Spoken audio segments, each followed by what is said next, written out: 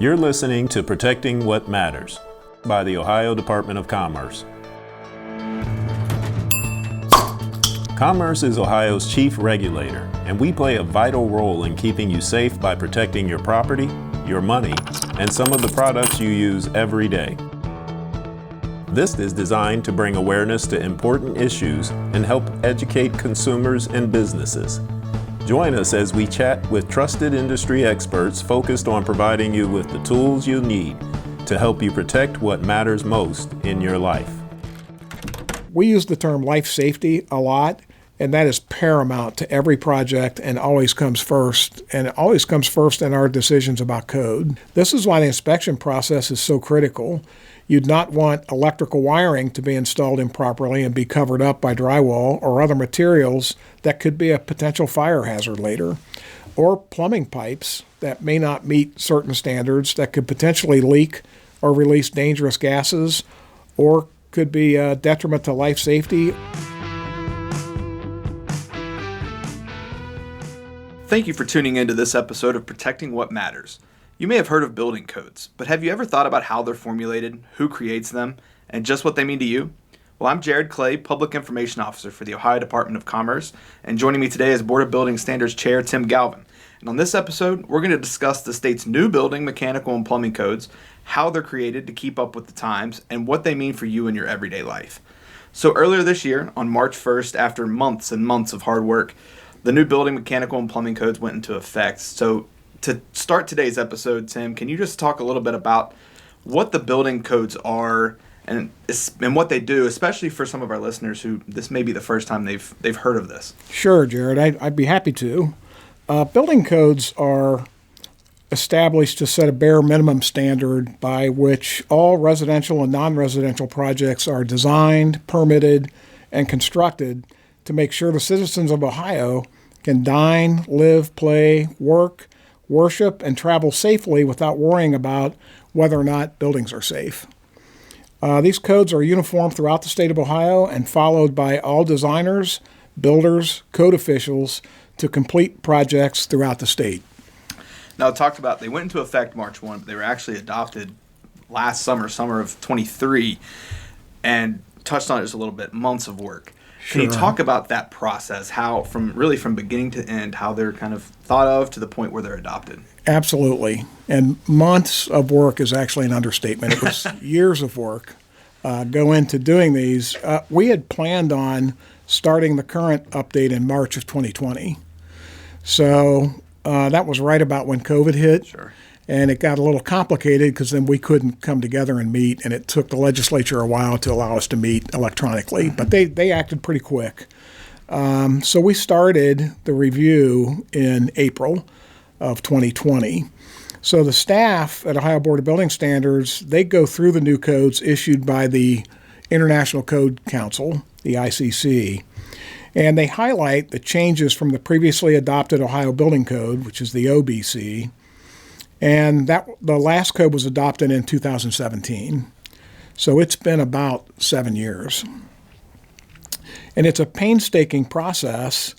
And in Ohio, we really are fortunate as Ohioans to have an excellent professional staff at OBBS. Each item that ICC adopts that varies from the OBC is discussed at the code committee meetings and vetted to decide if there's any reason not to adopt the new language, or if it's good, what the cost impact and value of the change might be, and does it make projects we build better, safer, and for the cost of the change. So at times there's a lot of discussion, and not everybody always agrees, obviously, but sometimes there's not a lot of discussion, and the code changes are really good, and we say, wow, yeah, that's really good and safe. We should adopt that. So the code committee adjusts the language to be more clear quite often, or make it more conducive to Ohio's geography and living standards. Sure. And you talked about the work of the board. I mean, it's years, like you said. Yes. But for a lot of people, I'm sure they're listening to this and be like, well, I've never even heard about the Board of Building Standards. So beyond just what you talked about, can you talk a little bit more about the board, its role, and just what all it does for Sure. Ohioans. Sure. And I really didn't understand the role of the board until I filed a complaint back in 1996 as a contractor. And they were incredibly awesome to deal with. And then several years later, maybe a decade, 12 years later, I got an opportunity to serve on the board. So I was really excited about it. But the role of the board, basically, we conduct hearings, make investigations of complaints on certified inspectors or building departments, as well as review and approve continuing education programs for code officials who are required to take continuing education credits. We formulate, adopt, and amend as necessary the building, mechanical, plumbing, boiler, elevator, and pressure piping codes. We also certify county, municipal, and township building departments to exercise enforcement authority and to accept and approve plans and specifications and make inspections to inspect power, refrigeration, heating, hydraulics, oxygen, and other gaseous piping, and liquefied petroleum gas piping systems and industrialized units, which are prefabricated buildings. So the board has quite the responsibility. It's a broad area. Yeah, and something I found kind of astonishing. This isn't a new thing. Board just celebrated 101 years this year. So yes. it's for those who may not have heard about it before, it's time to learn. Yeah. Have a big role, and they've been around for a while. Now, the people who make up the board, they're appointed, correct? They are. They are appointed by the governor, and the board members are mostly industry-related professionals. I'm the general contractor member. We have 2 home builder members. We have an industrialized unit member, which again is prefabricated homes and buildings, commercial buildings. Mechanical engineer, a structural engineer, an attorney, 2 architects, a renewable energy member, an energy conservation member, fire service member, and a mayor, so that we also get the municipal perspective. So you have all those different backgrounds, I'm assuming, just so you can have kind of a viewpoint from every angle. Correct, and broad discussions. Yeah. What about your background? You're the chair. Sure, You've got a sure. long background in construction. So my background, I actually started out with the state of Ohio, working in engineering on a survey crew in the field. Okay. So I did that for about 4 years, and then I worked for an engineering firm in the field on a survey crew, and got pretty good at being field engineer, right? So I was fortunate enough to be hired by Turner Construction to be the lead field engineer on the American Electric Power high-rise building in downtown Columbus. Wow. I spent about 7 years with Turner, and I've never lived outside the 43212 zip code. And some of the people that I had trained early in my career had moved on and moved up and wanted me to come to California and New York, and that wasn't for me. So I left and went to work for a smaller local developer and worked there for about 3 years. And then I started my own construction development company with a couple of other guys and grew that for 13 years, sold out to a partner, and started my current company in 2001. So it sounds like, talking about your background and some of the board members, there's a lot of knowledge Yes, on this board. absolutely. So when it comes to coming up with codes and even doing the continuing education, there's Yes. a wealth of knowledge. A wealth of knowledge. Well, that's awesome. And stay tuned, because right after a quick break, we're going to talk more about the state's new building codes and how they've been simplified a little bit to make it easier for you to understand.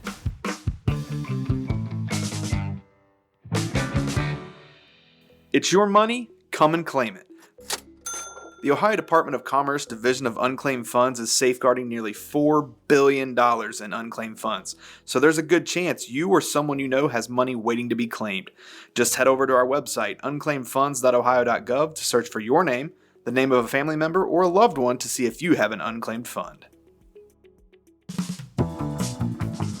Welcome back to Protecting What Matters, a podcast by the Ohio Department of Commerce. I'm Jared Clay, and on this episode, I'm joined by Board of Building Standards Chair Tim Galvin. And we're discussing the state's new building codes, what they mean to you, and the Board of Building Standards who adopts those codes. Now, a big part of the new codes is that the word count has been drastically reduced by more than 610,000 words. That's about 90% word reduction, and that's all part of the governor's Common Sense initiative. And another part of that is that more than 10,000 regulatory restrictions were eliminated. Tim, those sound like big cuts. I mean, 90% word reduction. What is the significance of that?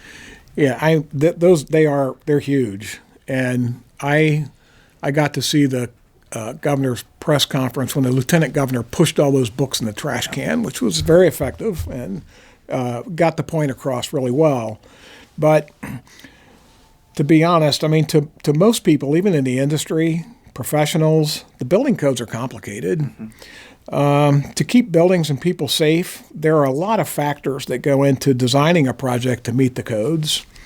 And when reviewing our codes to eliminate regulatory restrictions, we discovered that we were the only state in the country that adopted model code language in its entirety to the administrative rule. So we decided to simplify our rules by just adopting reference model codes, standards, and just list the changes to the model codes in rule. This helped highlight Ohio changes for code users while ensuring that the requirements still apply to keep buildings and people safe. But even with that, though, there's quite a bit of leeway in interpreting the code by code officials, depending on the scope and type of project. There are a lot of tables with variables depending on the size, type, and complexity of the projects. So you talked about they're complicated. Just can you talk a little bit more about how this will just, in the end, make it easier for Ohioans, businesses, contractors, just everybody? Sure. I think the reduction does make it easier to understand, although still pretty complex for laymen not active in the industry, which is why we encourage owners to proactively work with their building departments to ensure compliance with the codes. And our board staff, they're a great resource for code questions that I often call staff when a code question comes up. Now, some people may hear that or see that number, they've made this many restrictions or cut this many restrictions or reduced it by this many words and think, well, are they still as safe? But really, it's a lot of just duplicative, that's an easy word to say, language. But the codes are still just as secure as ever, right? Correct. Yeah, they're better. They're always getting better, right? Historically, disasters happen and things change, technologies change, and codes need to be updated to accommodate those things. Yeah, and that's a point we're going to touch on in just a second. But to go back to these reductions, just to put it into a little bit more context and break it down for listeners who this may be the first time they've heard about this. So the building code rules have 90% fewer words than the previous rules, and they have more than 10,000 regulatory restrictions eliminated. On the mechanical side, those rules have an 85% fewer words and have had more than 2,500 regulatory restrictions eliminated. And the plumbing rules, they have 75% word reduction and more than 1,800 regulatory restrictions eliminated. So that brings me to one other point. A lot of people may hear building codes. Yes. But it's kind of a big umbrella. It is. It's everything in the building. Right. Yeah. Right. So I don't want people to hear building codes and just think of the structure itself, but like you said, everything inside. Now, sticking with these reductions and how the role that plays. Now, to show how significant these changes are, Governor Mike DeWine said the Board of Building Standards is making it easier for businesses not only by removing unnecessary and duplicative language, but also by including new technologies and materials used in construction today. So, Tim, you touched on it a little bit earlier. Technology's always changing. How are the new codes addressing the new technologies and the materials, and what are some of those that you're seeing? Sure. So the new code, there are reference standards. And the reference standards are an enforceable extension of the code.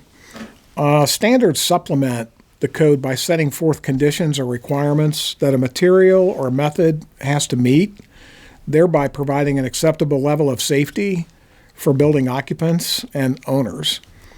In many instances where language was removed, references are provided. There's a long-standing relationship between construction codes and standards that address design, installation, testing, materials related to building construction, and consequently, standards that are referenced in codes carry an expectation of being as clear, direct, and enforceable as the code requirements that are the primary text. And talking about new technologies, and not necessarily a new technology, but we are especially proud of our work that we did with the Ohio chapter of Changing Spaces campaign that advocates for accessible restrooms with universal changing tables. Included in the new codes are requirements for the installation of universal adult changing tables in restrooms at rest stops, large assembly and other public facilities, stadiums and airports, that children and adults and the elderly with disabilities and medical complexities are more fully able to participate in society and travel and patronize Ohio businesses and events. I remember it was not long after these went into effect, and I've been working on different things and getting kind of the highlights of this, and that was one of the things that came up. And I was at an event, walked in the restroom, and there was one of the adult changing tables. Yeah. That's pretty cool to see from paper to proof of concept essentially out. Yeah. That has to be talking about the new technology. I mean, you've been in the industry a long time, so it's crazy how fast it changes, even back past 5 years. Was that, going into the codes, was that kind of a main point that you wanted to take into? It was something that we hadn't really ever considered, right? And this Ohio chapter of Changing Spaces came in, and the two women who spoke actually had disabled adult children in wheelchairs, and they came and set up a changing table in the restroom here. And their presentation blew us away. They were so prepared and had so much information. You just don't think about it. And honestly, I don't think you see them out a lot because they can't. They had to literally change a diaper on the floor of the bathroom. So it was very, very interesting to hear their stories and show how some other states had worked on this issue. And they were so well prepared, it really made it a lot easier for us to adopt it. And they actually worked with us on the language because of their hands-on experience.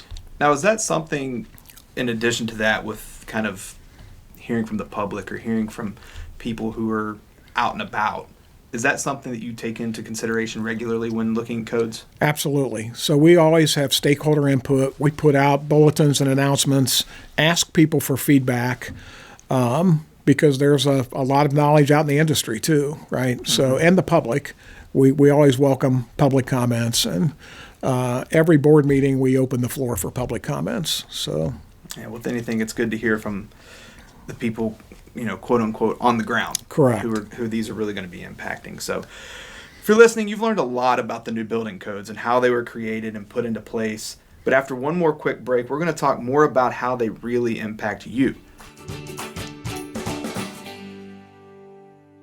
Thanks for listening to Protecting What Matters. Cryptocurrency continues to be in the news. Stories of crypto millionaires have attracted some investors to try their hand at investing in cryptocurrencies or crypto-related investments. Our Division of Securities attorney John Criss reminds you that investing in cryptocurrency products can be risky.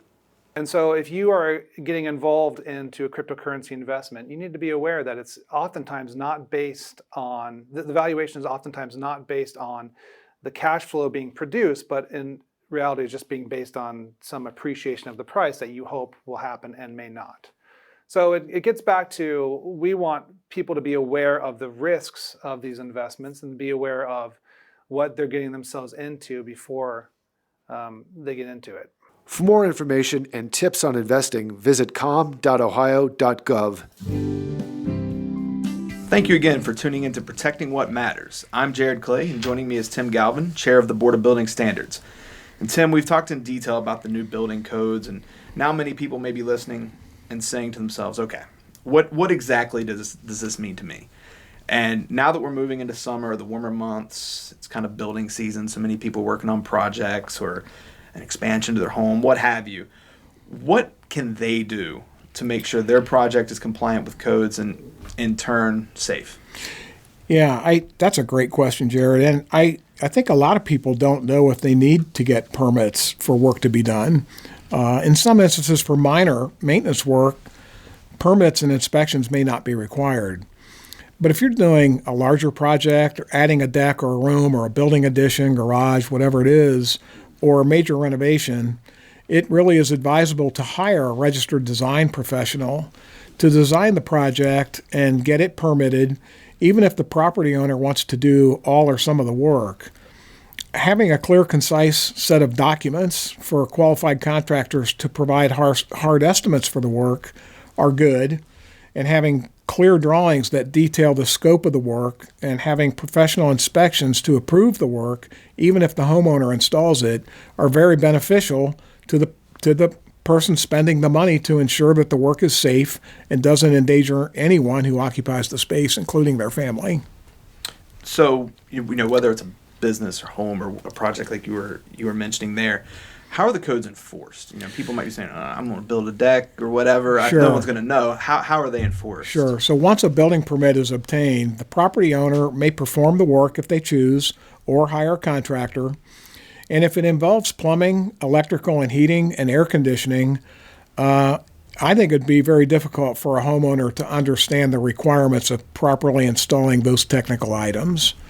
So if they hire a general contractor, that contractor will usually hire licensed electrical, licensed plumbing, licensed HVAC contractors, and those three contractors would reference the building permit and go get permits for their individual respective trades. Then as the work progresses, they would call in for inspections. Usually each trade may have several rough-in inspections, which would be before anything is covered up by the general trades, to make sure that what is hidden by finishes is safe and installed to code. Then after the finishes are installed, they would finish those installations for fixtures and equipment and call for final inspections. Once all of the final inspections are completed, the general contractor or the building owner would apply for a certificate of occupancy or a certificate of final completion, depending on if it's a new build, addition, or renovation. You mentioned electrical, plumbing, and HVAC. That's not really something you want to try on your own. They can go south real fast. Exactly. May or may not be from experience. But yeah. So what happens if a project is done or someone tries to do something on their own and it isn't up to code? Sure. This is why it's especially important for a building owner to be proactive, working with their building department to make sure the design is determined to meet the code before construction starts. It's much easier and less expensive to fix something on paper rather than after the work has started and has to be torn out or redone. Mm-hmm. If something's not installed to meet the code during the inspection process, an inspector will not approve the work and require repair or replacement to meet the code. This is why the inspection process is so critical. You'd not want electrical wiring to be installed improperly and be covered up by drywall or other materials that could be a potential fire hazard later, or plumbing pipes that may not meet certain standards that could potentially leak or release dangerous gases, or could be a detriment to life safety, or the pipes could leak if not installed properly. So we use the term life safety a lot, and that is paramount to every project and always comes first. And it always comes first in our decisions about code. Yeah, and I like what you said. It's a lot easier and a lot cheaper to fix it when it's still on paper than it is when it's under concrete, behind drywall, or something like that. So it's really just easier for everybody involved.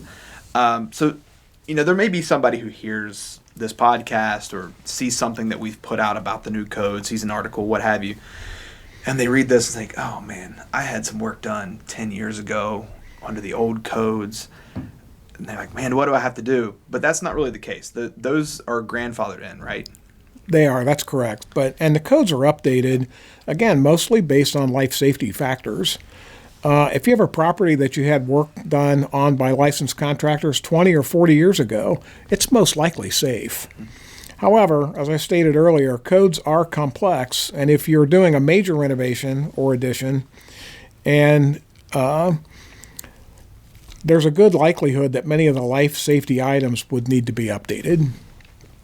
An example of that would be you could be doing a first floor master and a master bathroom addition on your home, and your design professional would do an evaluation of existing conditions and may recommend that you replace your main electric panel. If your current panel is more than 30 years old or does not have enough additional circuits for expansion space, or they may no longer make breakers for your old panel to add breakers.